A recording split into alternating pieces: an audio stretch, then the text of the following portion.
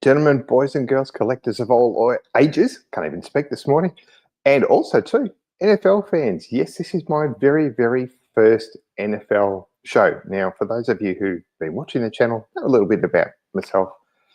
Been a massive NFL fan. I've been following the Bengals for 35 years, so I tend to think I might know a little bit about the game. I'm not going to pretend to be someone who knows absolutely everything, but for those of you who don't know, I'm SingleIssue Steve, and I'm coming on today to talk to you guys about my NFL playoff predictions. So this is week one. Obviously, I'm going to be doing next week and the week after and the week after, right up into the Super Bowl, and I'll do a little mini Super Bowl show as well. So thank you for joining. Appreciate if you've got any comments, anything you'd like to share at all, please chuck it in the comments. Happy to discuss further. Also, throwing it open to anybody who might want to come on and join me. You are more than welcome to as well. The same applies for the next couple of weeks too. So jump on and let's have a chat. So firstly, we've got good old Matty. Hey, buddy. Thanks for jumping on. Appreciate you as always. All right. So let's have a quick, super quick dive into the NFL season this year. It's been a bit of a weird one, hasn't it, really, when you think about it? So what we've seen is a bit of a change of the guard in many respects, because there's a lot of teams that you thought would be in the playoffs who are not. So the Lions, you know, I honestly thought the Lions would probably go pretty close to at least making the NFC Championship game. Eliminated. Kansas City eliminated. That's a huge one. Who would have thought Patrick Mahomes-led team would actually be eliminated from the playoffs? But you know what? It did happen. We've also got, what else have we got? The Ravens. I thought the Ravens would have gone a lot deeper than what they did as well. And so I'm just referring to my notes here. I've made a lot of notes as well. And what else did I put down? They're probably the main ones, actually. Look, it might sound like a bit of a homer, but you know what? I honestly thought the Bengals wouldn't have been 6-11 this year, but that's what happens when you get an injury to your quarterback who's out for most of the season. So, yeah, it's a bit of a change of the guard, especially in the AFC.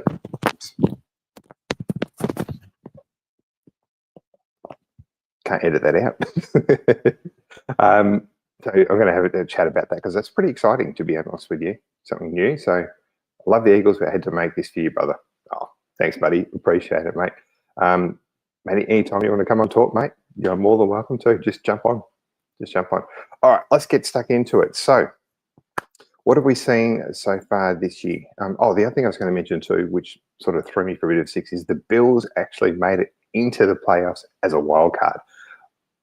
Look, to me personally, I'd had them pretty much pegged to maybe be playing against KC in the championship game this year. But no, they made it in as a wild card, which is just crazy when you think about it. Okay, let's get stuck into it. So the first game we have is the Rams at the Panthers. So the Rams are heavily favoured to win this one, which is really interesting considering it is played at Carolina. And the last time they played, Carolina actually beat them. And that was only, when was that? It was 31-28 just recently. It was only early December, I believe. So a little bit of a surprise that the Panthers actually beat the Rams. But sometimes, you know, everyone has their day. Sometimes teams will win, sometimes teams will lose. That's what happens. So good thing though with this game is both teams are actually healthy this week. So there are no major outs to worry about. So both teams have full squads, which should make it a pretty interesting game. And just talking about the Panthers for a moment, out of the four teams from the NFC South, so Tampa, New Orleans, Carolina, and Atlanta, I wouldn't have thought out of those four that Carolina would be representing the NFC South. To be absolutely honest with you. I thought Tampa would have been, most definitely, but these things happen. Speaking of friends, Matty, good morning. Hey, what's up, brother? How are you, man? Pretty good. Pretty good. Excellent. Hey, thanks for joining me, mate. I appreciate it. Yeah, no problem. I'm happy you're doing a show like this. It's pretty cool. I haven't seen one like this, especially from our comic community. So I'm pretty excited. Oh, thanks, man. I appreciate it. And yeah, obviously when we start talking about the Eagles-Niners game, I'll definitely get your input on that because I've got my thoughts on it. But as an Eagles fan, definitely keen to hear what you have to say about it. Sounds good. Sounds good, man. Awesome. All right. So talking about the Rams-Panthers game at the moment, is there any? What are your thoughts, mate? Have you you got any thoughts about the Rams-Panthers game? Me personally, I think, the Rams are heavily favoured, but I think Carolina will take it to them for a little bit. Maybe at the start they'll stick with them, but I think the Rams will run away with it at the end, and they'll be moving on to the next round. What do you think? I think the Rams will win the game, but the Panthers are playing with house money. They really have nothing to lose. They have no pressure on them at all. So I think their young team, especially with their quarterback, I think they have a chance to, really stretch the Rams out further than I think a lot of people are giving them credit for. So. Yeah, look, I agree, mate. And everyone was like, is Bryce Young a bust? We think he's a bust. We think he's a bust. I think he's actually turned the corner this year, which is really exciting. My oldest son's actually a Panthers fan, and my youngest is a Saints fan. They're both Bengals fans. I tried to breed them as Bengals fans, but that didn't work out. So, but yeah, just I think Bryce Young's exciting to watch. And, they've got Chuba Hubbard at running back. They've got decent receivers. And defensively, too, they're pretty good. But I think one thing they might struggle with is trying to match the firepower of the Rams. I mean, the Rams have got a great running game. Both their receivers are, all the receivers are really solid. They've got a good tight end core as well.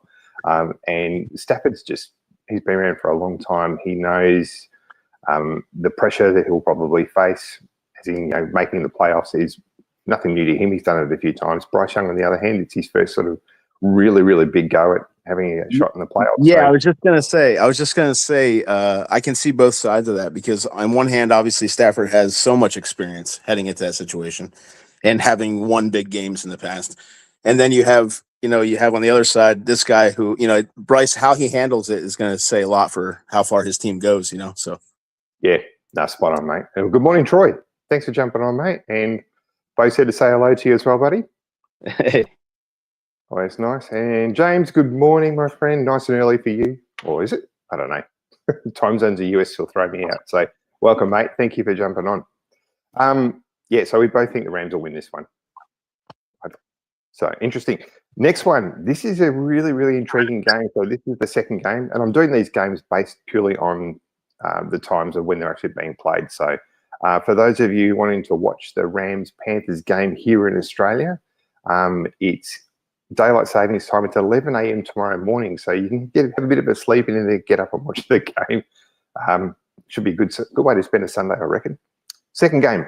This is going to be great. As I said, I'm really excited about this one. That's the Packers and Bears. So Packers are favoured, and I think they're only, and again, I don't gamble with sports or anything like that, but 1.5, there's only like a 1.5 difference with odds between the two teams. So it's actually I think it's closer. I think the line got closer since then because I know at the beginning I think it was closer to like 2 or 3 points, and I think it came down a little. I don't bet either, but it is interesting to see how those things progress through the week as they learn news. I mean, there's real things like injury news and things like that to go into things like that, but then I think a lot of it is almost like political in the community, in the sports community, as like people start changing their mind as they think through matchups and things like that. But this one, number one, the history, Bears Packers, the history that they have already adds to, this is the most wide open playoffs that I can remember in recent history, at least. I mean, maybe ever. And it's amazing. So this matchup, this is going to be really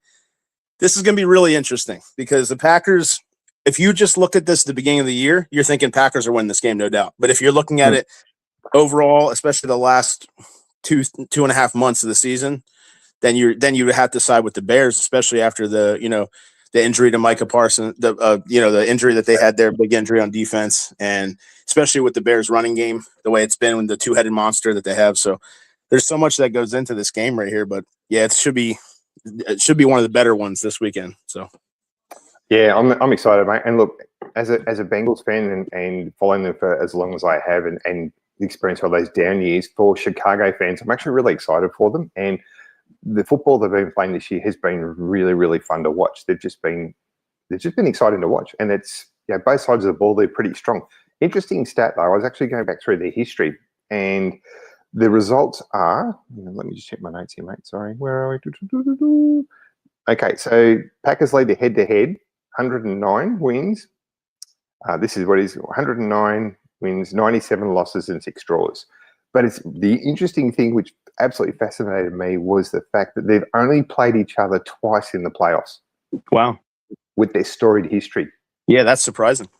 That absolutely threw me for 6. I thought, geez, you think with their history and how long both teams have been around for that they would have It's weird. It's weird too because they must be getting hot at different times. You know what I mean?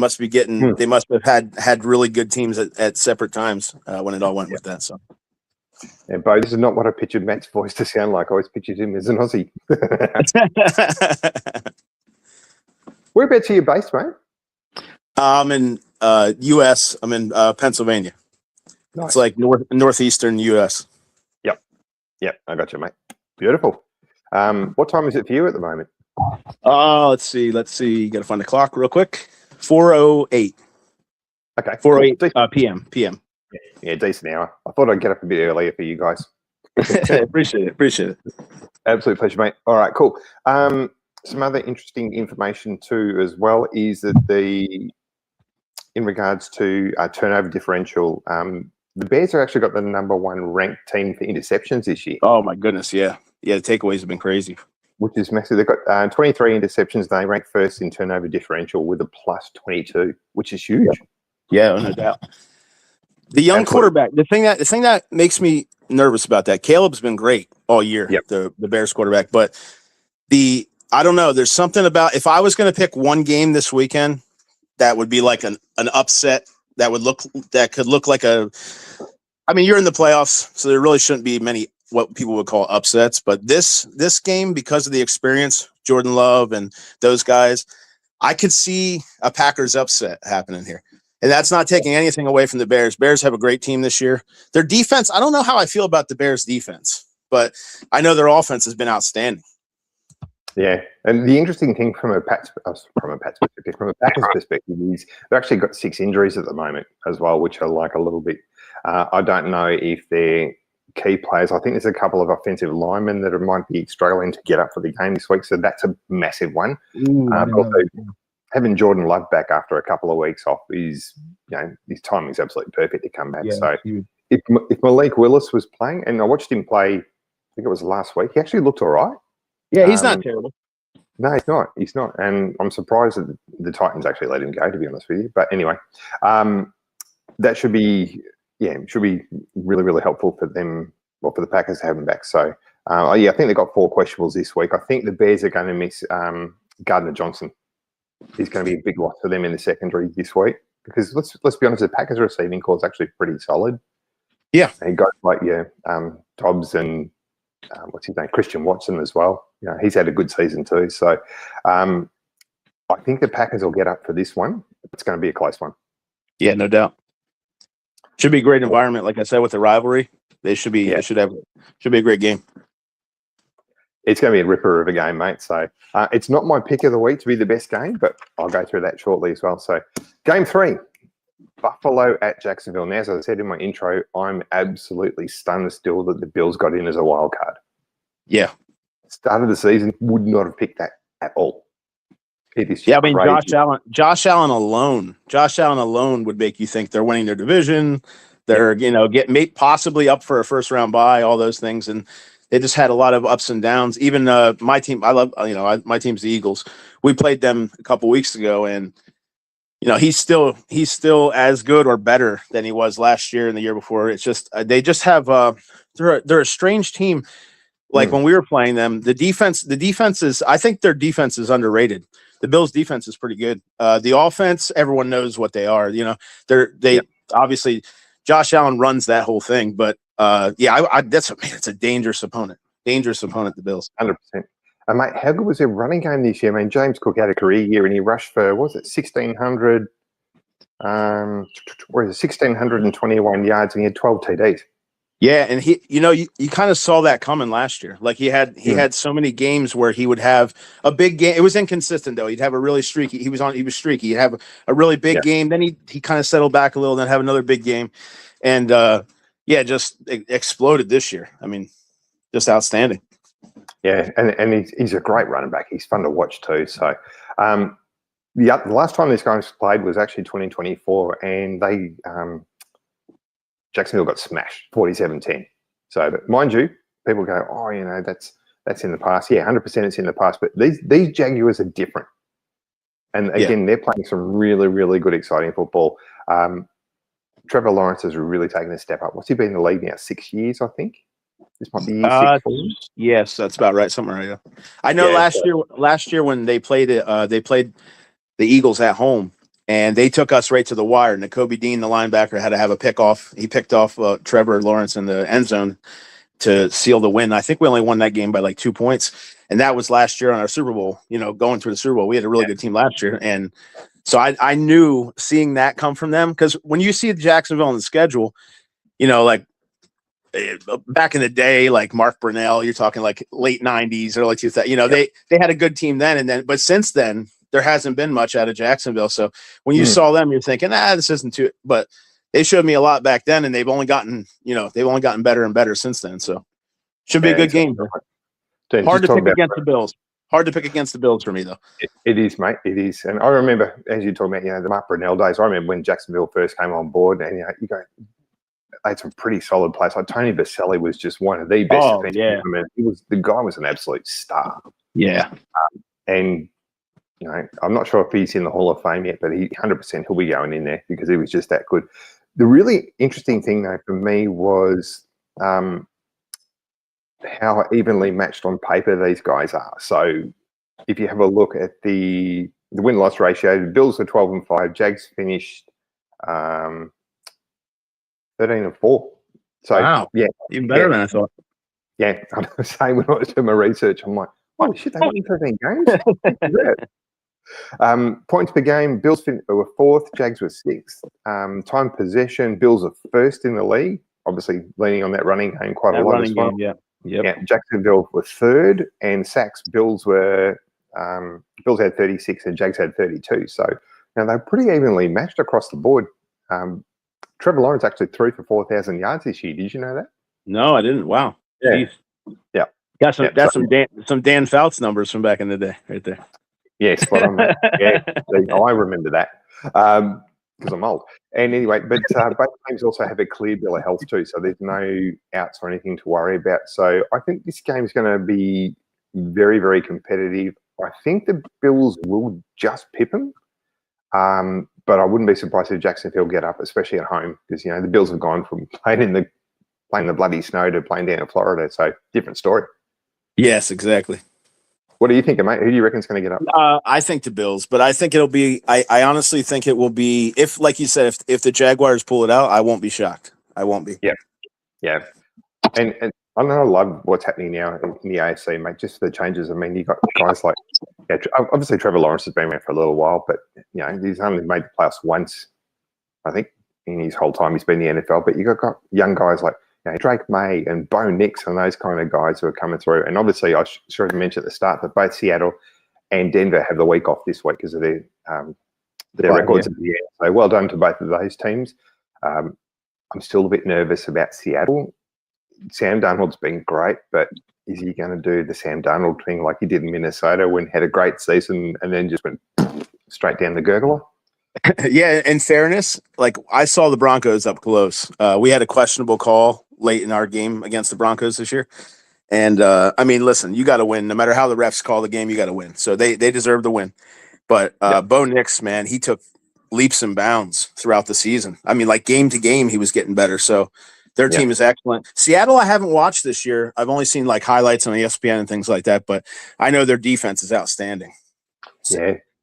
It's not quite Legion of Boom level from those days, but it's a very, very, very good defense. Yeah. So they can give some teams some fits for sure. All right, next game, mate. This is all about you, this one. So this is the Niners versus Philly. Defensively, the Eagles are a bit stronger. The last time you guys played was 2023. Niners won that one 42-19, but I think you guys had a few injuries which didn't help. Yeah, that was a bad game. We beat him. We beat him the year before in the NFC Championship game. We knocked Purdy out of the game, and I think Josh Johnson came in and he got injured and knocked out. And then Purdy came back in, but he had an arm injury, so he couldn't throw. Mm-hmm. So they just handed off the rest of the game. I think McCaffrey did have a late touchdown in that game, but I think it was like 31-7 we beat them in the NFC Championship game. Next year they come in during the regular season and just smash us, and then we went really downhill the rest of that year. And then obviously last year won the Super Bowl and things like that. But it's hard to call it a rivalry because we don't play each other often enough probably to call it that. But it has seemed that way. It has seemed that way. So. it's definitely building. There's a bit of a crescendo to it, and I love the fact that two great teams are going to be playing each other this week. And this is my pick for game of the week. I think this is going to be an absolute belter. Yeah, I think it's great. I love the Brock Purdy story as well, being Mr. Irrelevant, going to start for one of the most storied franchises in the NFL. It's just a really, really cool backstory. Defensively, you guys are actually stronger. So you're 12th in sacks, and I think the Niners are actually ranked 32nd in sacks. Yeah, and not only that, I'm pretty sure that their pressure rate is also last in the league. You're 31 to 32. Their pressure rate is really bad. Yeah, and even with the interceptions too. I mean, you guys are what 15th, so sort of middle of the road, middle of the road kind of thing. But they're 29th. So and it's weird. It's strange. It's strange because like our defense.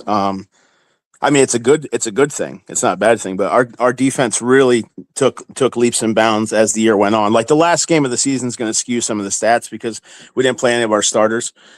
But the way that they've played together, I mean, Andrew Makuba getting injured kind of stunk, the rookie. But they got Marcus Epps, who they picked up on waivers, or I can't remember if they traded to the Raiders or they picked him up off waivers. But he's played really good back there with Reed Blankenship.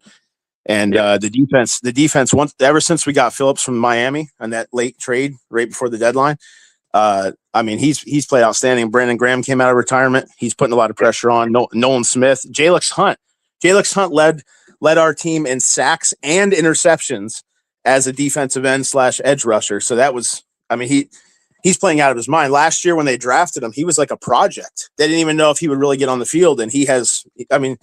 I don't know. I love the way it's hard because obviously I'm biased because I see this team every week, but like seeing the defense come together, our offense has the players to do it. They just haven't done it this year, but the defense has been Super Bowl level, like championship level defense of just dominating some games. The one game I can't remember which game it was. I apologize, but we only gave up like 66 yards of offense the whole game. It was insane. I never saw anything like it. I've been watching football for a long, long time. So. That's massive, mate. The other thing I'm really excited about this game is we've got probably the two premier running backs in the competition going against each other this week. Yeah. You've got McCaffrey and Barkley. This is just going to be an absolute awesome game to watch. It's going to be – I don't think it's going to be high scoring then again, I mean, the Philly offense – hasn't been brilliant this year. There were some patches sort of through the season where people are like, what's going on with the offense? Hurts is not doing a lot and everything. I think things are starting to turn the corner at the right time for you guys.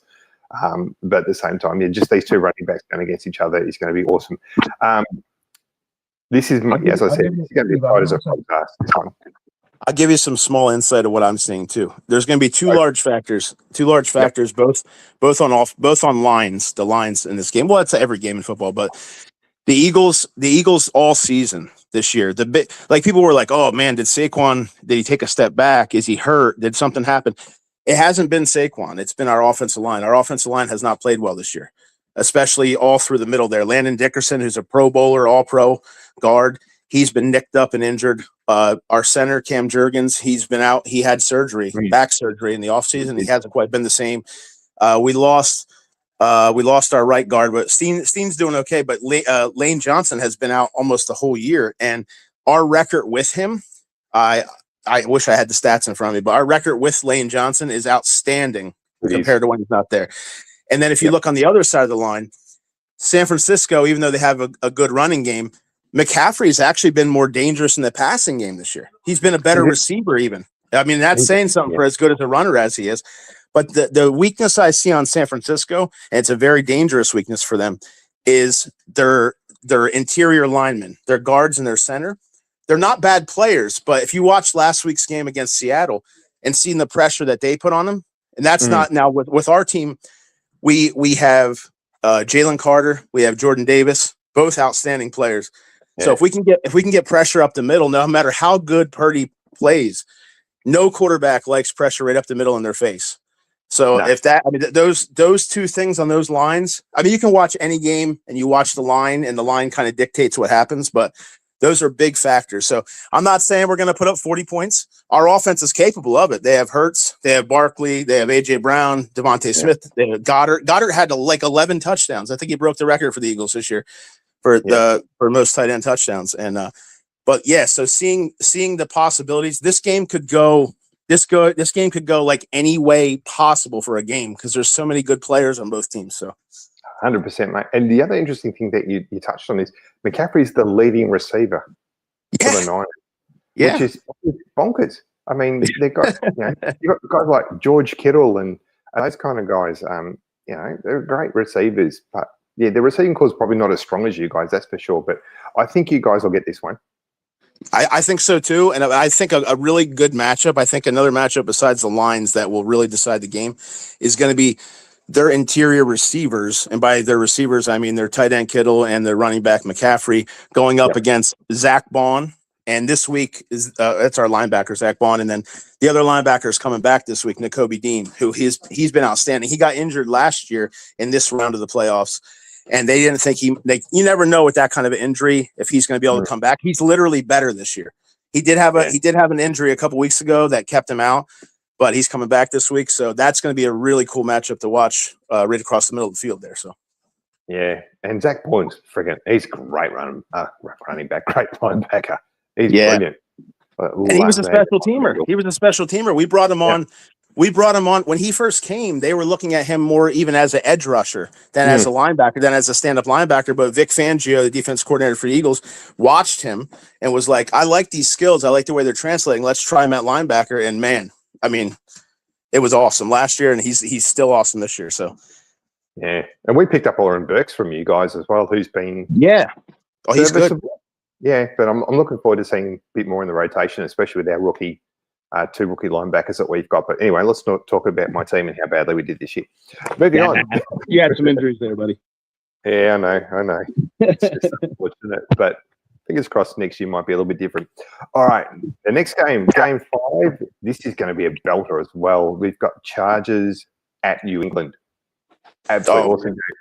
Last time they played, Chargers actually won 40-7, but Drake May, mate, what a revelation this guy's been this year. Great. His stats are absolutely nuts. 31 TDs to 8 picks.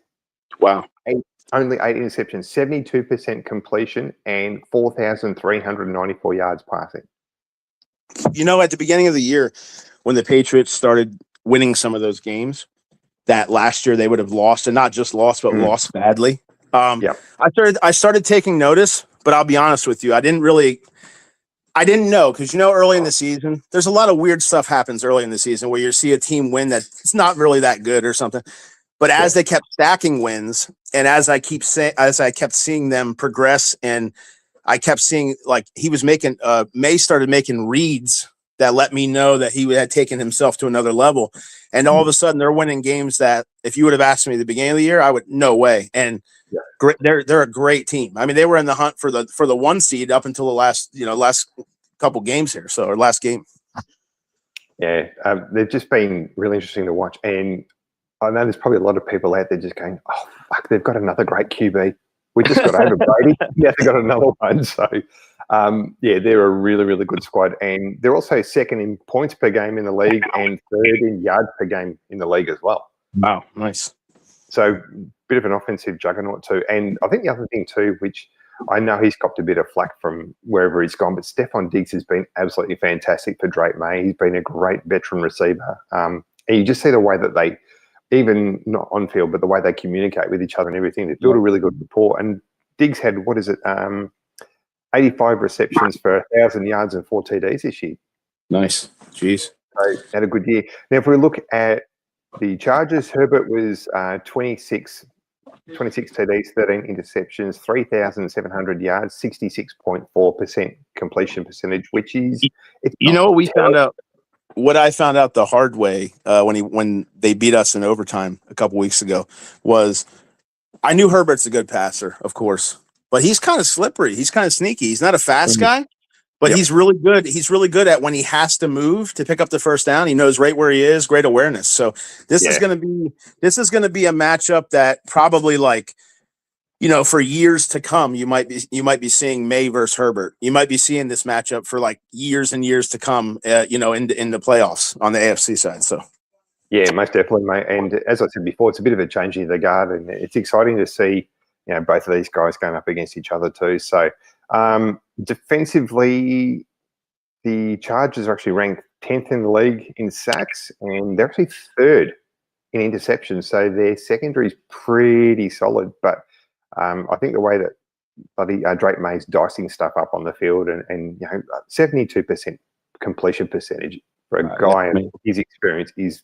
absolutely brilliant. So obviously having Vrabel brought in as coach has just been a massive help. He's obviously a defensive player, and he was very, very good in his prime as well. But just interesting.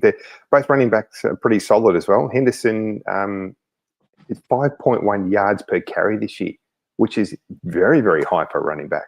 Oh, yeah. He's really good. He's had 911 yards and 9 TDs. So I think the Pats will win this one. I think so too. But I think so too. But like out of the games we've talked about so far, this has the most potential for like a crazy overtime finish for me personally. Like I feel like this thing could come down to like the first team comes down in overtime, kicks a field goal, and then the second team comes down and scores a touchdown and wins the game or something crazy like that. Because these teams are very good. Like I said, we didn't play the Patriots this year, so I haven't seen only just highlights of them. But I know seeing San Diego, Los Angeles now. I forgot they changed everything there, but seeing the Chargers play this year. Before we played them, everyone was saying, "Oh, you're going to be able to get a lot of running yards on this team because their D line hasn't been, they've been susceptible to the run and things like this." And then when you see the guys step up, so I don't know if it was an injury deal that was going on most of the year, but some of those numbers are a little bit hard to see. Both of these teams are kind of clicking on all cylinders right now. It should be a great game. I'll say Patriots though as well. Like I believe Patriots as well. Yeah, I think the fact that it's being played in Boston, I think it's going to be probably the deciding factor in the end. But I just think Drake May has just been too good this year. I'm not saying I don't like the Chargers. I think Herbert's fantastic and I love watching him play, but I just think that I reckon the Pats have got this one. Yeah. All right, and moving on, mate. Last game of this weekend is Game 6, which is the Texans at Pittsburgh. Sorry, just like a horrible taste in my mouth saying that word. The last time that they met, the Texans actually beat them 30-6. So interesting. Health-wise, both teams fully ready to go, which is, you don't want any injuries to any really, really good quality players during playoffs. This is the time when you need everybody, so people can't go. As long as you don't have your wide receiver fighting any fans, then they'll be at full strength. Oh wow. He's just built different. He's a big unit too. I wouldn't be mouthing off at someone like TK. Sure. Both teams are defensively very, very solid, mate. With we got Pittsburgh 47 sacks this year. Texans 47 and Pittsburgh 48. So really, really close there as well. And even with the interceptions as well, 19-15 in Houston's favour. So both defenses are pretty solid. Turnover differential as well. Houston was actually ranked 2nd in the league, which really surprised me. Wow. Yeah, I didn't know that either. Pittsburgh were 4th. So, yeah, very, very similar. And even points per game, Houston 13 and Pittsburgh were 15th. So both sort of middle-ish to the higher sort of level as well. Old man Aaron this year had a pretty decent season, 22 TDs and only 7 picks. I was shocked. And I'm not even joking with you. I was shocked because what I saw from him with the Jets, I thought that was the end of him. Like, I really thought that was because, you go back to seeing him in Green Bay and his glory days, and all that. And then I didn't know. I really didn't know if he had that in him still, but he surprised me. I still don't really like him as a person, but as a player, I can't argue with what he's done. I mean, it's impressive. He's certainly built different, isn't he? He's a different cat, that play. But 24 TDs, 7 picks, 65.7% completion percentage, and also 3,322 yards. So a pretty solid season for someone a lot of us actually thought was washed up. Steelers have a better running attack, though. Warren was very, very good this year. Hate saying it. I'm going to tell you too, having Watt back is big. That was a crazy situation to hear about. I mean, it's bad enough when you see people, have a knee injury, an ankle injury, but seeing what happened to him, like that was shocking to hear. That didn't sound good for a minute there. So I'm glad he's okay.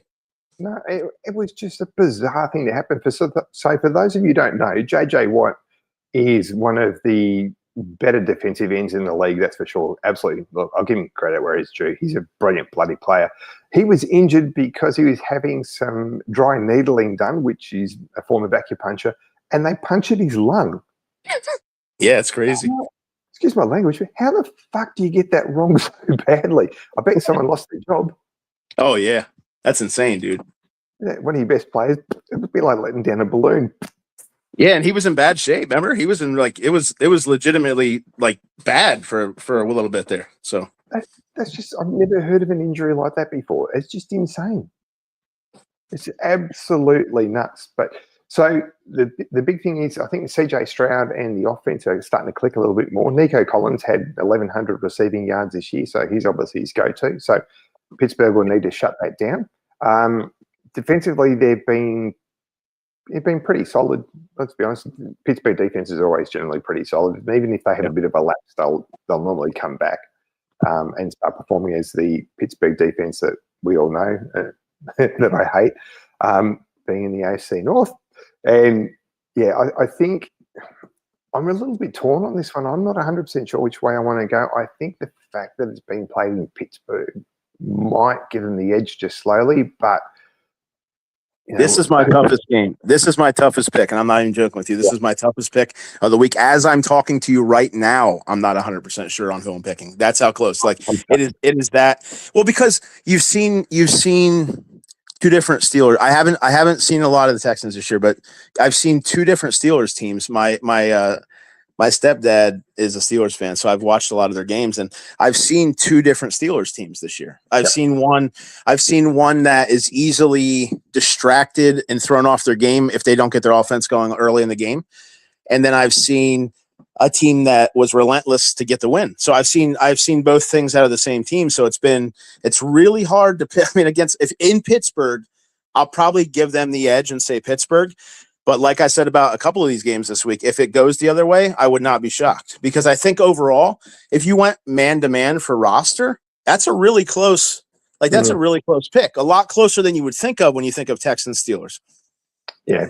Look, I give the edge to the Steelers, just mate. But I tell you now, I hope the Texans smash them. Come on, Texans, do me a favor. Do the AFC North a favor. Just smash them. Did you watch last week's game, Baltimore-Pittsburgh game? I didn't see the whole game. I saw it when it was coming down, and I was like, I know my stepdad was like on the edge of his seat, and I'm like, oh man, like I didn't know. Like I honestly thought for probably like 75% of that game, I thought Baltimore was going to win that game. I really did, because it just looked like they, I don't know, it just looked like they were executing better. It looked like they were more driven. It looked like they were like, this isn't really a term, but like out physicaling them. And it looked like they were kind of pushing them around a little bit. And so to have it end like it did, to have the thing, I mean, it's just like, it's kind of crazy ending, but that's how this season's been. I mean, you really can't listen. I love the Eagles and I hope they win, but this season, you don't really know who's going to win game to game. And I guess overall that's great for the league, but at the same time, for me, who has blood pressure issues, it's not that great. It's not that. I'm the same, mate. I'm the same. I'm on meds for that too. That's what happens when we get old. But yeah, it's, as you said, it's been so open this year. I mean, even if you look at, and I was talking about the NFC South before, 3 of the teams in the NFC South finished with the same record, 8 and 9. Yeah, it's crazy. So the league loves parity. There's an example of parity in the league. So I just think it's going to be an absolutely sensational first round of playoffs. I'm going to give this one to. You don't have to say it. I should have bought some mouthwash out with me. But I think they'll get up, but I don't underestimate the Houston Texans at all. I think they're coming good at the right. I will give you a caveat. I'll give you a wild card there, though. If for whatever reason, and I don't want no injury for anybody or anything like that. If for whatever reason the Texans get physical with Rodgers early, And I'm not saying he has to even get knocked out of the game. If he does come sit for a little bit and Rudolph comes in for them, whatever happens, if they can get physical with Rodgers, this might be a long day for Pittsburgh the other way. Yep. You know what I mean? This could be a close game. Like it's hard for us to pick, but at the same point, if they get physical with Rodgers, he's played such a huge role for them this year that if they get, obviously Pittsburgh has always been a running team. They could still do that. But I don't know. There's something about the way this team depends on him this year that if they can get him on the ground, if they can at least pressure him a lot, that will go a long way for Houston, making it to the next round. So, yeah, agreed, mate. And the interesting thing too is that I think how deep they go into the playoffs depends, or not depends, but will sort of dictate what Rodgers is going to do next year. So I think if they're one and done and they're out, I think he's done. But I reckon if they go 2 or 3 games into the playoffs, I reckon he'll come back. Yeah, he could. I mean, listen, I would never have thought that we'd even be having that discussion at this point because I'm telling you, I really thought he was done. I never expected this year. And hey, credit to him. I'm glad. I like seeing guys fight. I like seeing guys, pull something out of themselves like that they didn't think that they had left in them, or at least that we didn't. Maybe he knew he did, but we, as fans, you only get to see what you can see. You don't see practices. You don't see what they're doing in the offseason. You don't see any of that. So all you can see is what you see, for those 3 hours on the weekend. So, but And just talking about old quarterbacks for a second, how funny, but what a great story it was seeing Phillip Rivers stood up again after 5 oh my years. goodness. Yeah. That was insane. I know Indy's not in the playoffs, but I just had to mention that. And he came in and he did pretty good. Yeah. He did pretty even good. Daniel Jones, I know he's not an old quarterback, but even seeing Daniel Jones with the change of scenery, it's amazing how different the same player can look in a different system or in a different situation. There's so much that goes. Football is the ultimate. This is why I love football the most out of all the sports. I grew up playing baseball, basketball, all these things, football, obviously. But I grew up playing all these things. But as far as watching as a fan, even though it frustrates the heck out of you because you can't get your hands in there and call, change the outcome. But the ultimate team sport, football. There's so many variables. Every single person there has to do their job and come together. And the fact that your collective effort can be so much more than any one individual player, I love it. This is the greatest time of year right now. So, yeah, look, obviously being an Australian, AFL, Aussie rules footy is my favourite sport, but this is a very, very close second. So, I as I said, I've been following the Bengals for 35 years and love it. Did you play football yourself? Just when I was younger, I didn't go no semi-pro, no pro, no nothing like that, no college. Just when I was younger. What position, mate? Quarterback and linebacker. Oh, nice. Decision maker. I loved it. I'm telling you, strategy. I don't care what level you play at. Strategy and when I say strategy, obviously play calling, but even more than that is feeling out your team, knowing how to motivate each guy. Knowing how to, what button to push, what thing to say to what guy to get the most out of him. Those things are huge. And I love that stuff. I've seen, I don't get to see a lot of those guys anymore, but when you get a chance to have that camaraderie, have that shared experience with people like that, it's just an awesome thing. So that's what I love about the Eagles. They've been really close. They're a team that is not just close on the field. They do a lot of stuff off the field for charities and things like that. So, like I said, I don't know how all this is going to pan out, but I'm an Eagles fan, whether they win or lose. That's just how I've always been. So, yeah, well, I've been a Bengals fan, as I said, for a long time. So whether they lose or lose, I'm still a fan. I went through the 90s, mate. The 90s decade was horrible. The lost decade, you had Boomer Esiason? Yeah, I came in just at the end when Boomer was starting to wind up, mate. So, or wind down, I should say, or they let him go, which was just stupid. And they brought in David Klingler, and that was anyway. So that's. I mean, we'll probably talk during the off season as well, mate, about next year. So again, mate, thank you so much for jumping on. It's been awesome to actually have someone here with me having a chat, and then obviously someone who's a bit knowledgeable about the game as well. You taught me a couple of things today, mate. So thank you. For everyone who's jumped on and watched, or who might be watching this a little bit later, please leave some comments in there if there's anything that you want to add or any questions you've got, or you're wondering what this idiot knows about football. I'm more than happy to have a chat with you.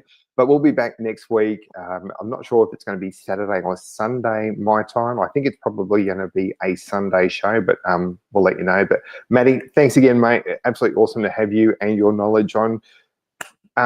Before we go, just want to say a hello to our 4-lifers as well.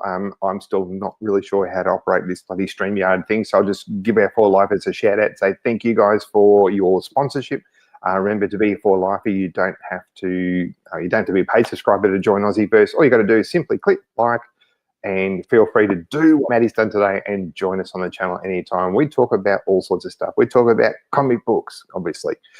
We talk about other nerd shit as well, and sport, bit of wrestling, all sorts of stuff. So if there's something that you're interested in, we probably cover it. So please, when you can, make sure you jump on. Oh, hang on.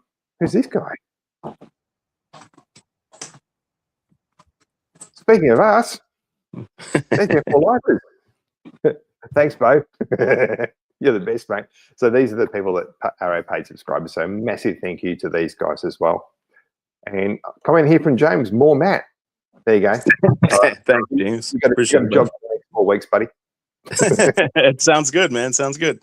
I'd love to have you back on. But yeah, guys, thank you very much for joining us today. I hope you enjoyed it. An Australian's take on the NFL with my good friend Matty here, who is one of our subscribers and does an amazing job. We love having him on. Mate, again, thank you so much. Have a great weekend, everyone. I hope your team wins, unless you're a Pittsburgh supporter. See you next week. Remember, Aussieverse is and always will be for life. Thanks, everyone. Cheers. Take care, brother.